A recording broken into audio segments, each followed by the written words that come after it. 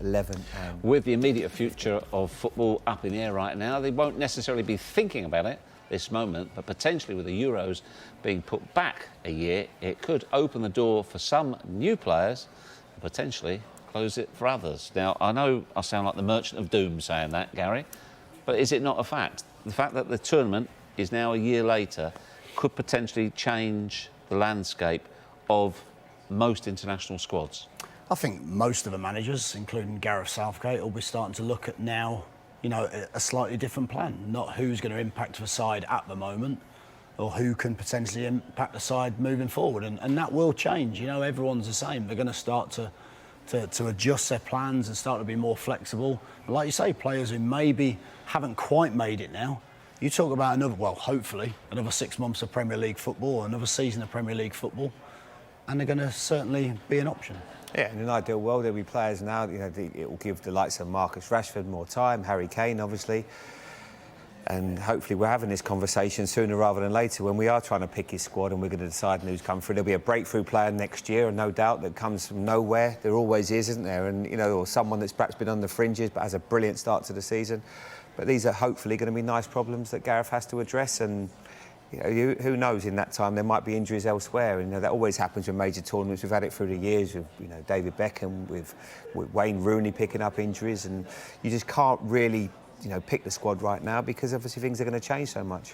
Do you think potentially, though, the obvious place to look for an alteration is with youth? Perhaps players now have only just broken into first teams who, with a year's more experience, who show real promise now, but it's just a little bit too early. And all of a sudden, you know, the likes, top of my head, Mason Greenwood. You know, Mason Mount. Mason Mount. You know, he had a good season, yeah. Bukayo Saka. Players like that. You had to throw an Arsenal player in there, didn't you? I knew you would. Just trying to be fair to all the teams.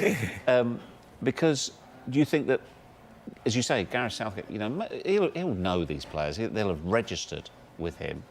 But perhaps now they come more on the radar. Absolutely, and I think, you know, when you look at particularly the way that the England team has developed over the last 2 or 3 years, what you've got to say is a big part of it has been the youth setup, you know, the youth players coming through. You look at Chelsea, they've given youth players a chance. There's so many more players look like they're available for the national team now because managers are getting braver in the Premier League and are picking younger players because of the impact on their team. So I'm sure Gareth says he'll have a great knowledge of those players anyway, won't he? Having worked with a lot of them. Yeah. But like you say, some of those might just start to now peek through. And like any of us at the moment, you sat there with a lot of time. You sat there trying to plan for certain eventualities, and I'm sure that's something that will play a huge part of Gareth's planning over the next few months. And again, in an ideal world, if things are going to plan, you know, you look at Phil Foden. I think he's an interesting one. With David Silva retiring, or this is last year at Manchester City, Phil Foden will have more game time next year. Fingers crossed. So he might be one with his talent and ability. He had a really, really good Carabao Cup. But will England potentially be stronger in a year's time? Well, I think probably because of injuries, because if there was a chance that Marcus Rashford wouldn't have played in the Euros, obviously he's an important player for us. He's got so much talent.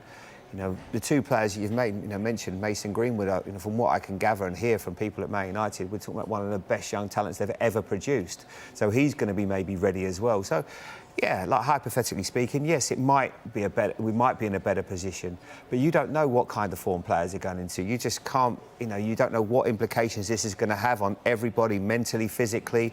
So hopefully these are problems that we can be talking about in 6 months' time when the squad, you know, can be named and we're ready to, you know, to get to the Euro 21. But right now it's, you know, it's all hypothetical, and these are hopefully problems that we're going to have. And for Scotland, a year on, Billy Gilmour? Yeah, what an exciting talent. You know, of course, right now he'll be a little bit, you know, a bigger scheme, bigger picture for everybody else, and health is obviously so important, but he'll be a little bit disappointed. He's just had a little taste, hasn't he? But what a lovely taste he had, and he was brilliant in those games. I'm sure you watched him, and, you know, he was different class. I have to say, some of the young players recently have been just an absolute breath of fresh air. It's very difficult, isn't it, particularly at that level, to blood young players, and I think that when you see so many of them, you know, you see a lot of them going abroad to Germany and starting to play for, look at Sancho playing for Dortmund when you felt there wouldn't be an opportunity here at that age. And I think people are following suit. There's so many teams that are starting to be really, really brave, because results at Premier League level, of course, are so important. You know, and you can only highlight someone like Chelsea. Have played 3-4 young players, and actually, that is a really brave move. And Hudson and a very Odoi good as well. Hudson Odoi. And a great move for the national side, you know. But for every Gilmour you've got, you've also got a Joe Allen for Wales that his injury would have ruled him out of the Euros in 2020. But now, of course, he probably, hopefully, will be available. So there's so many different implications to all the nations, isn't there? Yep. Truth is, it's a movable feast, whichever way you look at it, isn't it? Yeah, absolutely. And as I say, you just can't foresee what's going to happen right now. Just got to hope that all the players come through this, and we are talking about having a major tournament again, right? You know, because at the moment it feels, slightly awkward talking about it, but hopefully that will happen soon. Really easy to have, and not that simple to people that have like the freedom, like to go out, like to go to nice restaurants or whatever. But everyone's just got to take stock. Yeah, personally, it's just making sure that the family's all right. That's on everyone's agenda right now. Same and everybody, making sure everyone's all right. Yeah, it's difficult. Like you say, it's so difficult, isn't it? You meet people in the street, you want to give them a hug, you want to say hello, and it just feels really strange, doesn't it? But we've all got to do our part, haven't we? We've all got to do our best to make sure that we all. It's an interesting one you say when you come into the club. Jamie, I'm afraid we are out of time. Okay. But thank you both very much indeed for coming.